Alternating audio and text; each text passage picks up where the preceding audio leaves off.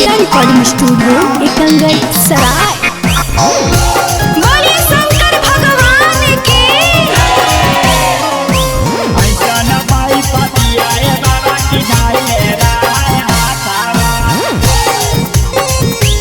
Presented by किसका films. गांजा चढ़ाइबो भांगा चढ़ाइबो आरो चढ़ाइबो बेला पातावा। गांजा चढ़ाइबो भांगा चढ़ाइबो आरो चढ़ाइबो बेला पातावा। ऐसा बाई फतिहाए बाबा की धाइले राय हाथावा। ऐसा न बाई फतिहाए बाबा की धाइले राय हाथावा। रोज रोज हमारा साथे घूमे कर अमर कथावा।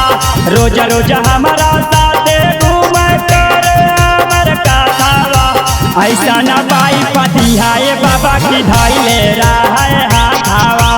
ऐसा न बाई फतिहाए बाबा की धाइले राय हाथावा।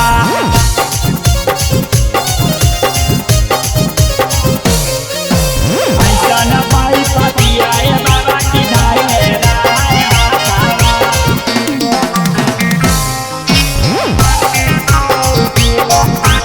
ऐसा न बाई फतिहाए बाबा की धाइले राय हाथावा। हरदम गोड़ा के नीचे राय चढ़ाई नहीं मोर माथावा। हरदम गोड़ा के नीचे राय चढ़ाई नहीं मोर माथावा। ऐसा न बाई फतिहाए बाबा की धाइले राय हाथावा। ऐसा न बाई फतिहाए बाबा की धाइले राय हाथावा। ऐसा न बाई फतिहाए बाबा की धाइले राय हाथावा। ऐसा न बाई फतिहाए बाबा की धाइले राय हाथावा।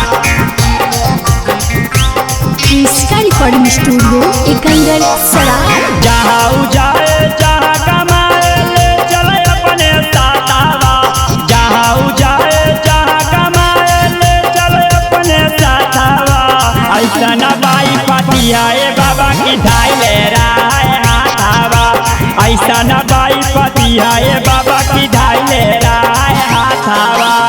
कृष्णा रिकॉर्डिंग स्टूडियो एकंगर सराय।